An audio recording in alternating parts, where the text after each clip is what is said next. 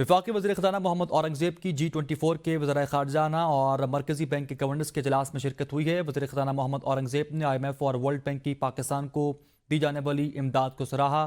وزیر خزانہ محمد اورنگزیب نے ٹیکسیشن، توانائی، نجکاری اور ڈیجیٹلائزیشن کے شعبوں میں اصلاحات پر تبادلہ خیال کیا۔ اجلاس میں نجی شعبے میں سرمایہ کاری اور موسمیاتی تبدیلی کے اثرات سے نمٹنے کے لیے تعاون کی ضرورت پر بھی زور دیا گیا۔ ملک کو موسمیاتی تبدیلی کے منفی اثرات سے نمٹنے میں مدد کے لیے ایڈاپٹیشن فنڈ سے فائدہ اٹھانے کی ضرورت پر بھی زور دیا گیا۔ وزیر خزانہ محمد اورنگزیب نے پاکستان کی معیشت کو مضبوط بنانے کے لیے حکومتی عزم کا اظہار کیا ہے۔ وزیر خزانہ محمد اورنگزیب نے ورلڈ بینک گروپ کے صدر جناب AJ بنگا سے ملاقات کی ہے۔ وزیر خزانہ نے 9 ماہ کے SBA پروگرام کے تحت پاکستان کی ترقی اور ٹیکس، توانائی اور نجکاری کے ترجیحی شعبوں میں جاری اصلاحات پر روشنی ڈالی۔ دونوں فریقین نے 10 سال کے لیے rolling country framework plan کی ضرورت پر بھی اتفاق کیا۔ عالمی بینک کے صدر نے معیشت کے استحکام اور محصولات میں اضافے کے لیے پاکستان کے اصلاحات اور ڈیجیٹلائزیشن پروگرام کے لیے اپنی مکمل حمایت کا یقین دلایا۔ وزیر خزانہ محمد اورنگزیب نے صدر پاکستان کو دورہ پاکستان کی دعوت بھی دی ہے۔ ترجمان امریکی محکمہ خارجہ میتھیو ملر نے IMF اور پاکستان کے درمیان سٹاف لیول معاہدے کا خیر مقدم کیا ہے۔ میتھیو ملر نے پریس بریفنگ میں کہا کہ پاکستان نے اپنی معیشت کو مستحکم کرنے کے لیے پیش رفت کی ہے، قرضوں کے بوجھ کو سنبھالنے کے لیے پاکستان کی کاوشوں کی حمایت کرتے ہیں۔ پاکستانی وزیر خزانہ IMF اور عالمی بینک کے عہدیداران نے اس سے ملاقاتوں کے لیے واشنگٹن میں ہیں۔ پاکستان کی اقتصادی کامیابی کے لیے ہماری حمایت غیر متزلزل ہے۔ معاشی چیلنجز سے نمٹنے کے لیے اقتصادی اصلاحات کو ترجیح دینے کی حوصلہ افزائی کرتے ہیں۔ میتھیو ملر نے مزید کہا کہ پاکستان کے ساتھ تکنیکی معاہدوں کے ساتھ تجارتی سرمایہ کاری کے ذریعے رابطے جاری رکھے ہیں۔ یہ ہمارے دو طرفہ تعلقات کی ترجیحات میں شامل ہے۔ پاکستان اور بھارت کو کشیدگی سے گریز کرنے کی حوصلہ افزائی کرتے ہیں۔ پاکستان اور بھارت مسائل کا حل بات چیت کے ذریعے تلاش کریں۔ گورنر سندھ کی تبدیلی کا امکان، MQM کے رہنما ڈاکٹر فاروق ستار کا رد عمل بھی سامنے آ گیا ہے۔ فاروق ستار نے کہا کہ سندھ کی گورنرشپ پر پہلا اور آخری حق MQM کا ہے۔ MQM کے گورنر کامران ٹیسوری ہیں۔ MQM میں کامران ٹیسوری کے علاوہ کوئی نام زیر غور نہیں۔ فاروق ستار نے کہا کہ حکومت کے اتحادی ہے، مشاورت کے بغیر تبدیلی معاہدے کے خلاف ورزی ہے۔ سندھ کی گورنرشپ کسی کی خواہش ہو سکتی ہے، MQM کا اس سے کوئی تعلق نہیں۔ وزیراعظم پاکستان شہباز شریف کے زیر صدارت خصوصی سرمایہ کاری سہولت کونسل کی ایپیکس کمیٹی کا اجلاس ہوا، جس میں سعودی وفد نے SIFC کی ایپیکس کمیٹی سے ملاقات کی۔ اجلاس میں army chief general Syed Asim Munir بھی خصوصی طور پر شریک تھے۔ SIFC ایپیکس کمیٹی نے سعودی وفد کو سرمایہ کاری منصوبوں پر بریفنگ دی۔ خصوصی سرمایہ کاری سہولت کونسل نے سعودی عرب کو قومی ایئر لائنز PIA اور ایئرپورٹس کی نجکاری میں جوائنٹ وینچر کی پیشکش بھی دی۔ اس حوالے سے مزید جانتے ہیں اسلام آباد سے اس رپورٹ میں دیکھیے۔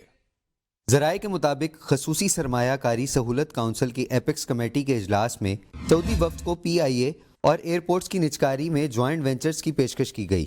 وفد کو اسلام آباد میں 2 5 اسٹار ہوٹلز کی نجکاری میں بھی جوائنٹ وینچر کی پیشکش کی گئی۔ ہوٹلز کے لیے زمین CDA دے گی، جبکہ سرمایہ کاری سعودی حکومت کرے گی۔ وفد کو تجویز دی گئی کہ سعودی حکومت چاہے تو خود ہوٹلز بنا کر چلائے، جبکہ اجلاس میں وفد کو مٹیاری ٹرانسمیشن لائن اور فرسٹ وومن بینک کی بھی آفر کی گئی۔ سعودی وفد نے خصوصی سرمایہ کاری سہولت کونسل کے قیام کو خوش آئند قرار دیا۔ اجلاس کے بعد وزیر خارجہ اسحاق ڈار کے ہمراہ نیوز کانفرنس کرتے ہوئے سعودی وزیر خارجہ شہزادہ فیصل بن فرحان نے کہا کہ پاکستان کے دورے سے بہت خوشی ہوئی۔ پاکستان میں سرمایہ کاری کے مواقع موجود ہیں۔ سرمایہ کاری سے متعلق اہم کام آئندہ چند مہینوں میں ہوگا۔ ہم باہمی اقتصادی خوشحالی و علاقائی سالمیت کے لیے مل کر کام کرنا جاری رکھیں گے۔ وزیر خارجہ اسحاق ڈار نے کہا کہ سعودی عرب کے وفد کو باضابطہ طور پر SIFC سے متعلق آگاہ کیا گیا۔ سعودی وفد کو زراعت، کانکنی اور توانائی کے شعبے میں سرمایہ کاری کے مواقع کے حوالے سے بریف کیا گیا۔ اسحاق ڈار نے کہا کہ SIFC پلیٹ فارم کے ذریعے پاکستان سرمایہ کاری بڑھانا چاہتا ہے۔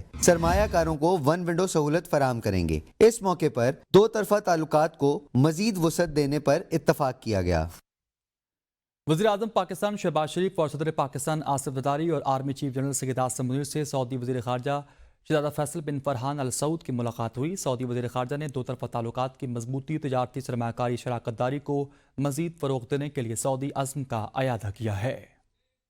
سعودی وزیر خارجہ شہزادہ فیصل بن فرحان اور وزیر اعظم کے درمیان ملاقات میں دونوں ممالک کے مابین مختلف شعبوں میں تعاون اور سرمایہ کاری کے فروغ پر تبادلہ خیال کیا گیا۔ وزیر اعظم نے کہا کہ پاکستان اور سعودی عرب کے درمیان دیرینہ برادرانہ تعلقات ہیں جس کی نظیر نہیں ملتی۔ سعودی عرب نے مشکل وقت میں ہمیشہ پاکستان کا ساتھ دیا۔ صدر مملکت آصف علی زرداری سے ملاقات میں مضبوط شراکت داری قائم کرنے اور اقتصادی تعاون کو مزید فروغ دینے کے عزم کا اعادہ کیا گیا۔ صدر مملکت آصف علی زرداری نے کہا کہ پاکستان سعودی عرب کے ساتھ موجودہ تعلقات کو طویل المدتی تصویراتی اور اقتصادی شراکت داری میں بدلنا چاہتا ہے۔ سعودی وزیر خارجہ کا کہنا تھا کہ سعودی عرب پاکستان کے ساتھ تعلقات کو انتہائی اہمیت دیتا ہے اور پاکستان کے ساتھ مضبوط شراکت داری قائم کرنے کے لیے پرعزم ہے۔ سعودی عرب کے وزیر خارجہ شہزادہ فیصل بن فرحان ال سعود نے army chief general Syed Asim Munir سے ملاقات کی۔ ملاقات میں سعودی وزیر خارجہ کے وفد کے اراکین بھی شامل تھے۔ آرمی چیف نے سعودی وفد کو ہر ممکن تعاون کی یقین دہانی کرائی، جبکہ آرمی چیف نے دونوں ملکوں کے عوام میں بھائی چارے کی تعریف بھی کی۔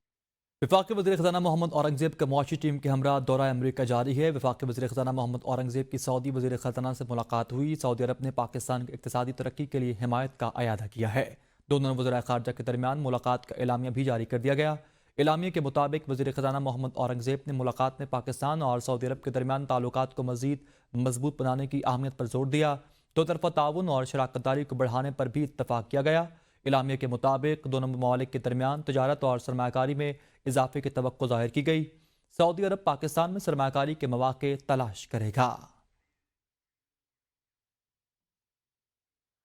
دیگر خبروں میں آپ کو بتائیں، پاکستان مسلم لیگ نون کے قائد محمد نواز شریف روٹی کی قیمت معلوم کرنے خود عوام میں پہنچ گئے۔ قائد مسلم لیگ نون نے وزیر اعلیٰ پنجاب مریم نواز کے ہمراہ روٹی کی قیمتیں معلوم کی۔ محمد نواز شریف نے اڈا پلاٹ پر نان بائیوں سے ملاقات کی اور ان سے روٹیوں کی قیمت کے بارے میں دریافت کیا۔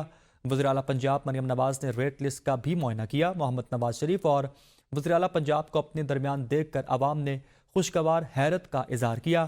قائد مسلم لیگ نون محمد نواز شریف اور مریم نواز نے عوام سے ان کی رائے بھی معلوم کی۔ محمد نواز شریف نے کہا کہ روٹی کی قیمت کا خود جائزہ لیتا رہوں گا۔ وزیر اعلیٰ کے پی علی امین گنڈا پور کہتے ہیں کہ بانی پی ٹی آئی ملک کی خاطر ہر کسی سے بات چیت کے لیے تیار ہیں۔ پی ٹی آئی سے مینڈیٹ چھین کر فارم 47 والوں کو دیا گیا۔ یہ قوم کو دھوکہ دے رکھے گئے، انہیں کچھ سمجھ نہیں آ رہی کہ کیا کرنا ہے۔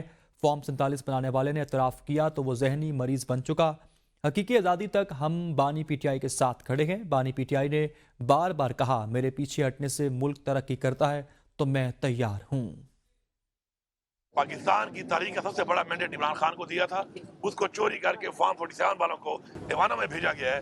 میرے خیال میں پاکستان کی تاریخ کی سیاسی بدترین دھاندلی ہوئی ہے۔ عمران خان کے ساتھ کھڑے ہیں اور حقیقی آزادی جو عمران خان صاحب کہتے تھے جب تک وہ نہیں ملے گی ہماری یہ جنگ جاری رہے گی۔ جب وہ فارم 47 پہ غلط کام کر رہا تھا اس وقت ذہنی مریض نہیں تھا، جب اس نے کہا کہ مجھ سے غلطی ہوئی ہے، اس نے اعتراف کیا تو وہ ایک ذہنی مریض بن گیا۔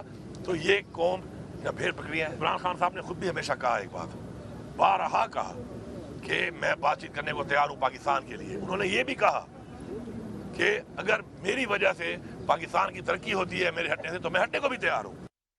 وزیر اعلیٰ پنجاب مریم نواز اچانک مری کے تحصیل ہیڈ کوارٹرز ہسپتال پہنچ گئیں۔ مریم نواز نے او پی ڈی میں مریضوں کی لمبی قطاریں دیکھ کر برہمی کا اظہار کیا اور مریضوں کو انتظار کروانے پر ایم ایس کی سرزنش بھی کی۔ وزیر اعلیٰ پنجاب نے اسپتال کے نظام کو درست کرنے کی وارننگ دی۔ مریم نواز نے ایمرجنسی وارڈ میں داخل مریضوں کی عیادت کی، مفت ادویات کی فراہمی کے بارے میں بھی دریافت کیا۔ مریم نواز نے اسپتال سے واپسی پر خواتین سیکیورٹی گارڈ کے کہنے پر تصاویر بھی بنوائیں اور ان سے گلے بھی ملیں۔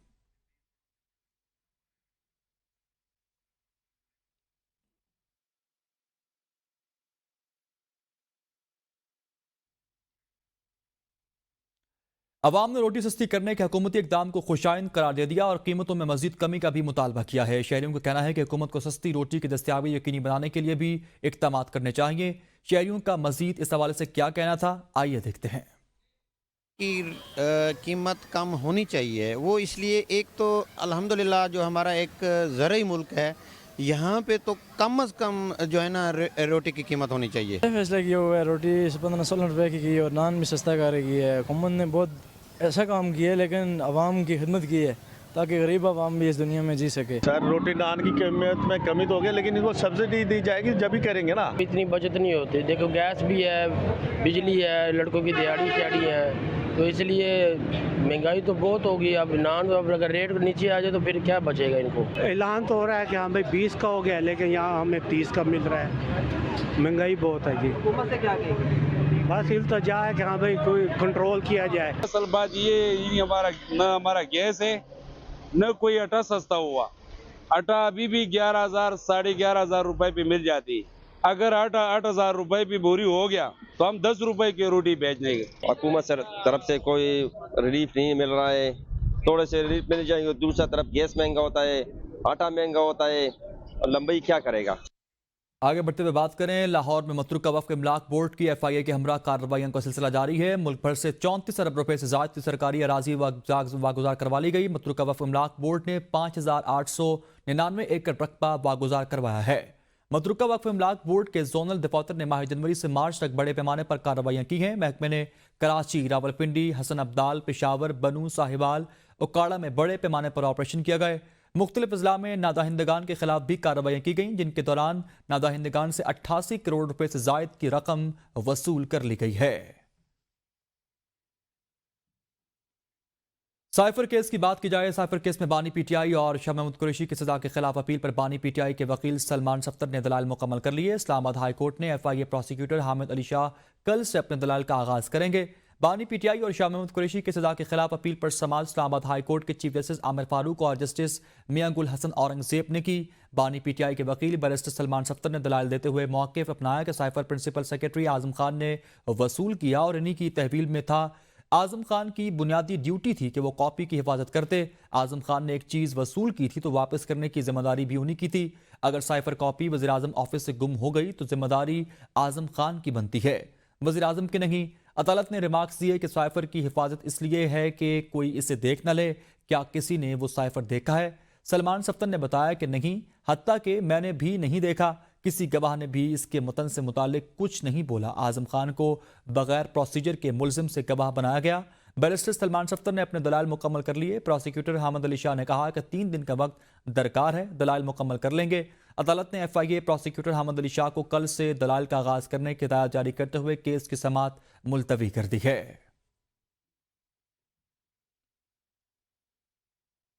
اسلام آباد ہائی کورٹ نے بشرا بیوی کی جانب سے سب جیل بنی گالہ سے اڈیالہ جیل منتقلی سے متعلق درخواست بحالی کی درخواست دائر کر دی گئی. بیرسٹر سلمان صفدر, عثمان ریاض اور اسی کے ساتھ ساتھ خالد یوسف چودھری نے درخواست دائر کی.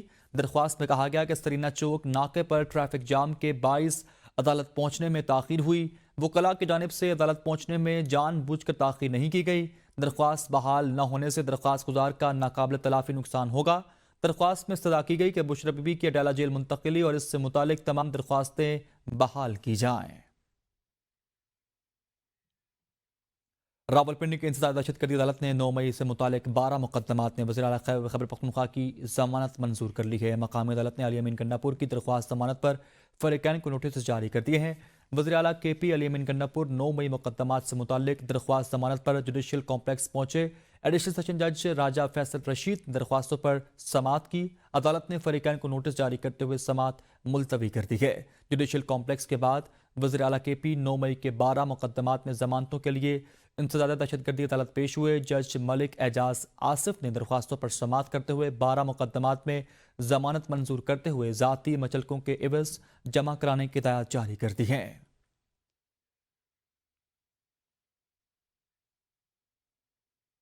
سابق وزیراعظم نواز شریف کی لاہور سے قومی اسمبلی کے حلقہ N130 سے کامیابی کو ان کی مد مقابل امیدوار یاسمین راشد نے لاہور ہائی کورٹ میں چیلنج کر دیا ہے. تحریک انصاف کی رہنما اور سابق صوبائی وزیر ڈاکٹر یاسمین راشد نے نواز شریف کی کامیابی کے خلاف لاہور ہائی کورٹ سے رجوع کیا ہے. انتخابی عذرداری میں ڈاکٹر یاسمین راشد نے نواز شریف کی کامیابی کے نوٹیفیکیشن کو چیلنج کیا ہے اور موقف اختیار کیا کہ نواز شریف کی کامیابی ملی بھگت کا نتیجہ ہے اور نتائج میں رد و بدل کیا گیا ہے. انتخابی عذرداری میں یہ دعویٰ بھی کیا گیا کہ ڈاکٹر یاسمین راشد کی کامیابی کو شکست میں تبدیل کیا گیا, اس لیے نواز شریف کی کامیابی کا نوٹیفیکیشن کالعدم قرار دیا جائے. نواز شریف کے خلاف انتخابی عذرداری پر لاہور ہائی کورٹ کے جسٹس سلطان تنویر احمد پر مشتمل الیکشن ٹریبونل سماعت کرے گا.